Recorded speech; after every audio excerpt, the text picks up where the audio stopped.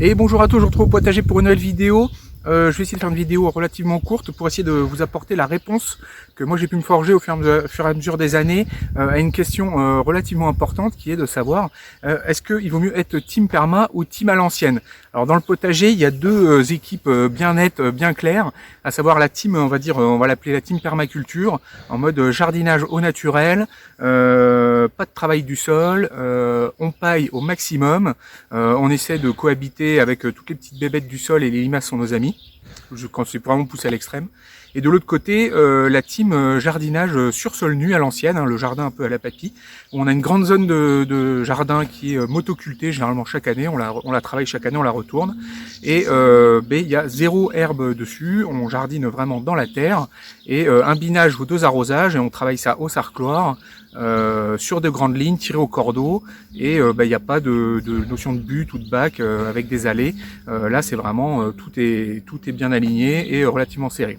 Alors la plus grosse vidéo sur ma chaîne, c'est une vidéo un peu coup de gueule, j'avais fait une époque qui s'appelle Marre de la permaculture, où une époque où la permaculture était vraiment en odeur de sainteté, et il n'y avait que ce mode-là de jardinage qui est régné en maître et puis jusqu'à l'excès. Donc voilà, j'avais poussé un petit coup de gueule justement sur les excès un peu de tout ça. Et on voit revenir justement ces derniers temps un peu du coup le jardinage à l'ancienne. Alors je pense à des chaînes comme Jaco et Lily par exemple. Je pense également au potager de Julien, Agriculture Vivrière, qui eux sont sur un mode de travail de jardinage en fait. D'ailleurs ils sont toujours debout, hein. Moi je passe mon temps à jardiner, je suis accroupi dans mes bacs. Eux ils sont toujours debout avec des outils, avec des manches bien longs. À tracer des grandes lignes au cordeau sur un sol bien nu, bien nettoyé, et puis à sarcler, à buter, à biner pour gérer la mauvaise herbe. Et de l'autre côté, voilà, la team perma, vous aurez, par exemple, vous allez avoir la chaîne de Damien Decars, agriculture, agroécologie, etc. Je crois de nom, permaculture, agroécologie, etc. Le jardin des merveilles également de Rémi, par exemple.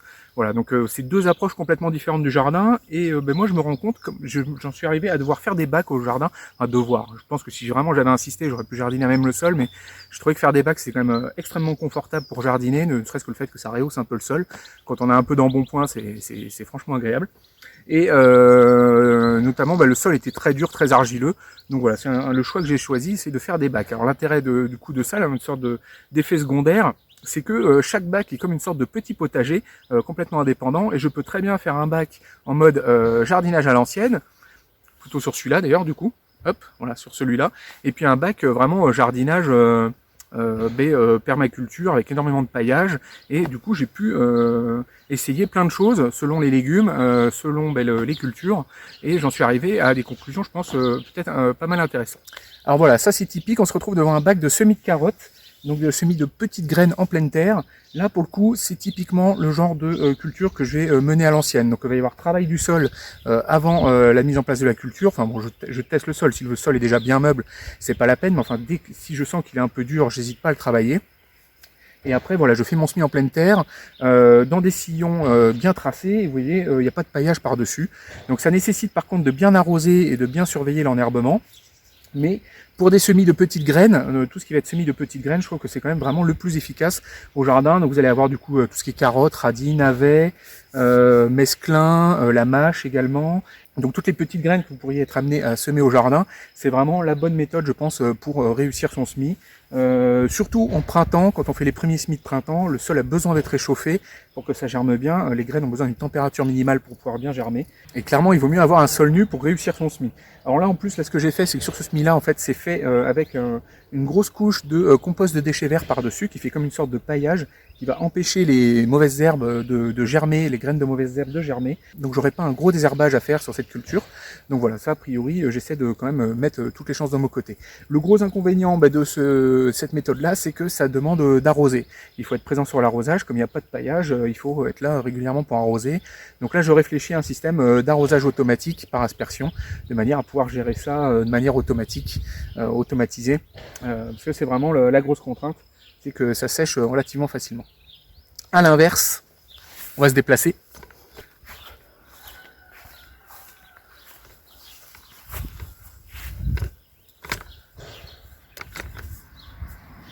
Voilà, là on est sur une plate-bande de courgettes. Et je vous laisse admirer la taille des feuilles, regardez la taille de ma main à côté. C'est des courgettes, enfin voilà, cette plante là est absolument énorme. J'ai d'autres courgettes à d'autres endroits du terrain qui poussent notamment sur des bâches et elles n'ont pas atteint cette taille là absolument gigantesque malgré un petit peu d'engrais et tout.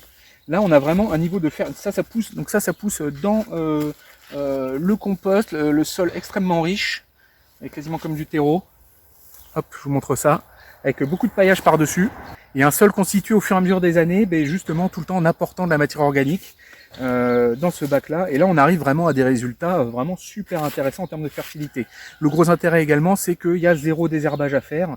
J'ai mon sol qui a été bien paillé, j'arrive avec mon plan qui a été développé dans un godet, et j'ai plus qu'à faire un trou dans mon paillage, mettre mon plan, refermer, arroser un bon coup, et voilà, ça pousse tout seul. Les racines arrivent à se propager magnifiquement dans ce sol qui est vraiment, voilà, moi j'enfonce la main là, c'est magique,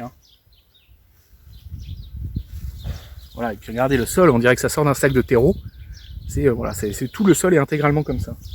Donc là, on atteint des niveaux de fertilité qui sont vraiment super intéressants pour ce genre de culture très gourmande. Donc tout ce qui va être les cultures d'été, tout ce qui est cucurbitacées. Donc du coup, cucurbitacées, vous allez avoir les courgettes, les courges, les concombres, les pastèques, les melons. Qu'est-ce que j'oublie d'autre encore? Les pâtissons, enfin voilà, toute cette famille-là. Et puis également les solanacées, c'est-à-dire tomates, poivrons, aubergines, piments et les pommes de terre. Donc ces grosses cultures-là qui sont celles que la